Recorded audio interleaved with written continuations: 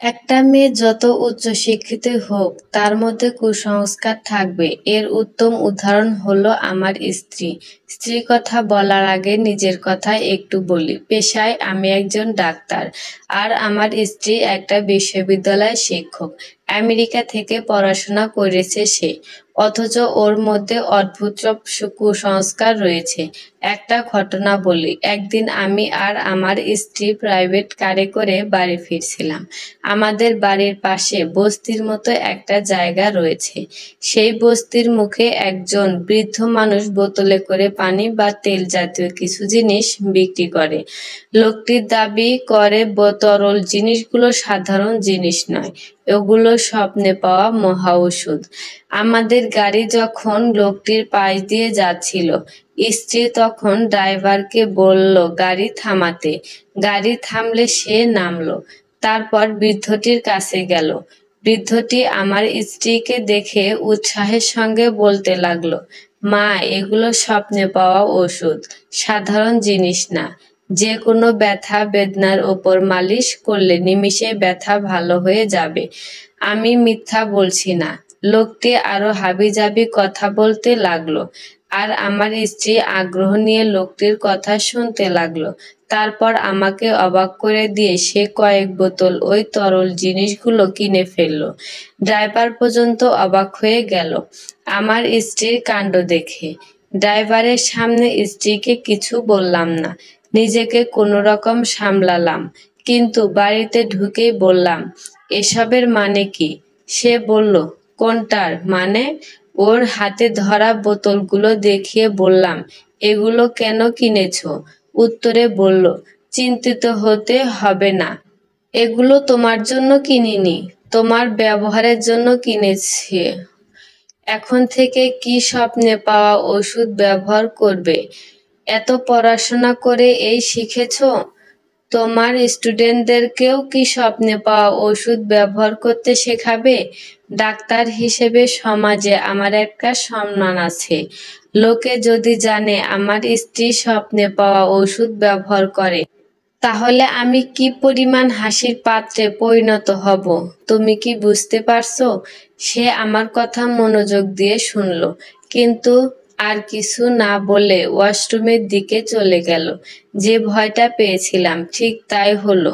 দুদিন পর হাসপাতালের এক সহকর্মী ডাক্তার হাসতে হাসতে আমাকে ডাক্তার সাহেব, গতকাল আপনার উচ্চশিক্ষিত স্ত্রীকে দেখলাম সাপুড়েদার কাছ থেকে গাছের শেকড় কিনেছে।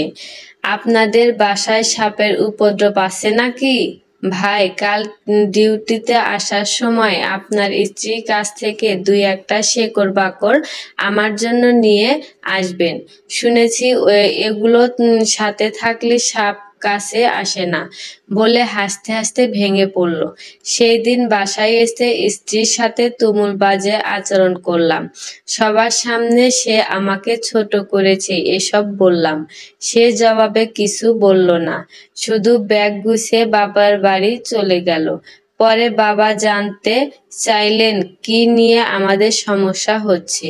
বললাম, ও আমার মান সম্মান সব শেষ করে দিচ্ছে। ও স্বপ্নে পাওয়া ওষুধ এবং সাপ থেকে বাঁচার জন্য গাছের শেকড় বাকড় ব্যবহার শুরু করেছে। সবাই হাসাহাসি করছে এসব নিয়ে। এমন মেয়েকে নিয়ে কি করে সংসার করা যায়? বাবা খানিক চুপ থেকে বললেন, এই ব্যাপারটা তোর মায়ের মধ্যেও ছিল। সঙ্গে সঙ্গে বললাম, মা অল্প পড়াশোনা করা গ্রামের মেয়ে ছিলেন, তিনি এসব কুসংস্কার মানবেন, এটাই স্বাভাবিক। কিন্তু একটা শিক্ষিত মেয়ে হয়ে কি করে এইসব ফালতু জিনিস মানতে পারে? আসলে মেয়ে মাত্রই কুসংস্কারাচ্ছন্ন, শিক্ষিত অশিক্ষিত কিছু যায় আসে না। বাবা ধমকে বললেন, বেশি বুঝিস তুই, আগে আমার কথা শোন, তারপর কথা বলবি। আমি চুপ হয়ে গেলাম।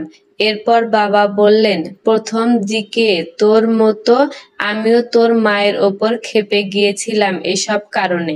পরে বুঝলাম তোর মা ওই জিনিসগুলো ব্যবহারের উদ্দেশ্যে কিনতো না, কিন্তু দরিদ্র মানুষগুলোকে আর্থিক সাহায্য করার জন্য। আমি নিশ্চিত তোর বউ সেজন্যই এইসব কেনে। বাবার কথা শুনে ধাক্কার মতো খেলাম। এই ব্যাপারটা মাথায় আসে না। না বুঝে স্ত্রীর সাথে বাজে আচরণ করেছি। ওর কাছে এখনই ক্ষমা চাওয়া উচিত। ওকে ফিরিয়ে আনার জন্য দ্রুত ঘর থেকে বেরোনোর সময় সিঁড়িতে পা হটকে পড়ে গেলাম। এতে টাকনুতে প্রচন্ড আঘাত পেলাম। মুহূর্তে পা ফুলে গেল এবং হাঁটার শক্তি হারিয়ে ফেললাম। কোনো রকমে লেংচে লেংচে রুমে এলাম। ব্যথা বেড়ে জ্ঞান হারানোর মতো অবস্থা হলো। চোখে অন্ধকার দেখতে শুরু করলাম। এই আচ্ছন্ন দশায় চোখে পড়ল টেবিলের কোণে রাখা স্ত্রীর কেনা স্বপ্নে পাওয়া মহাঔষধগুলো। ওগুলো যে ভুয়া তা আমি জানি, তবু প্রচন্ড ব্যথায় এক অদ্ভুত ঘোরে চিন্তা ভাবনাহীন ভাবে সেদিকে এগিয়ে গেলাম এবং কোনো রকমে একটা বোতল খুলে কিছু তরল হাতে নিয়ে পায়ে দিতে লাগলাম। এরপরই জ্ঞান হারিয়ে ফেললাম। পরদিন ভোরে জ্ঞান ফিরলে আশ্চর্য হয়ে দেখলাম পায়ে কোনো ব্যথা নেই, কোনো ফোলা নেই। কিভাবে এই ঘটনার ব্যাখ্যা করব জানি না, তবে কি স্বপ্নে পাওয়া ওষুধগুলো সত্যি ছিল? বাবা তখন ফজরের নামাজ পড়ে বাসায় ঢুকলেন। ছুটে গিয়ে বাবাকে আশ্চর্য ঘটনাটির কথা বললাম। শুনে বাবা শান্ত গলায় বললেন, স্বপ্নে পাওয়া ওষুধের কারণ এই আশ্চর্য হয়নি। এটা হয়েছে তোর স্ত্রী বৃদ্ধ লোকটির প্রতি যে মায়া অনুভব করেছিল এবং কেনার অজুহাতে তাকে যে সাহায্য করেছিল তার জন্য। ভালো কাজের পুরস্কার আল্লাহ দিয়েছে। তৎক্ষণাৎ সব পরিষ্কার হয়ে গেল। এরপর করজোড়ে ক্ষমা চেয়ে স্ত্রীকে বাড়িতে নিয়ে এলাম এবং বললাম, তুমি আমাকে গভীরভাবে ভাবতে শেখালে, মা যেমন বাবাকে গভীরভাবে ভাবতে শিখিয়েছিলেন। এরপর এক ছুটির বিকেলে স্ত্রীকে নিয়ে পার্কে হাঁটছিলাম। হঠাৎ চোখে পড়ল পার্কের এক জায়গায় এক রুগ্ন বয়স্ক মানুষ ভাগ্য পরিবর্তনের জন্য আংটি বিক্রি করছিল। লোকটির চেহারায় রয়েছে ক্লান্তি এবং বিষণ্ণতা, কারণ কেউ তার আংটি কিনছিল না।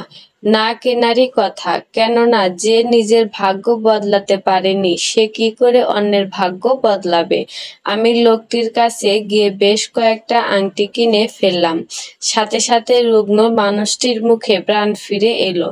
হয়তো পরিবারের সবার রাতের খাওয়ার খরচটা উঠে এলো। দৃশ্যটি দেখে স্ত্রী খুশি হলো, বলল, সুন্দর একটা করেছো। তবে এরপর সে যা করলো তা ছিল আরো সুন্দর। সে আমার হাত থেকে ভাগ্য পরিবর্তনের আংটিগুলো নিয়ে পার্কে এলোমেলো ঘুরতে থাকা পথশিশুদের হাতে পরিয়ে দিল। রঙিন আংটিগুলো পেয়ে তারা বেশ আনন্দিত হয়ে উঠল এবং খিলখিল করে হাসতে লাগলো। তাদের আনন্দের দিকে তাকিয়ে স্ত্রী উচ্চারণ করলো, হে আল্লাহ, এদের ভাগ্য বদলে দাও। উত্তরে বললাম, আমিন। সমাপ্ত।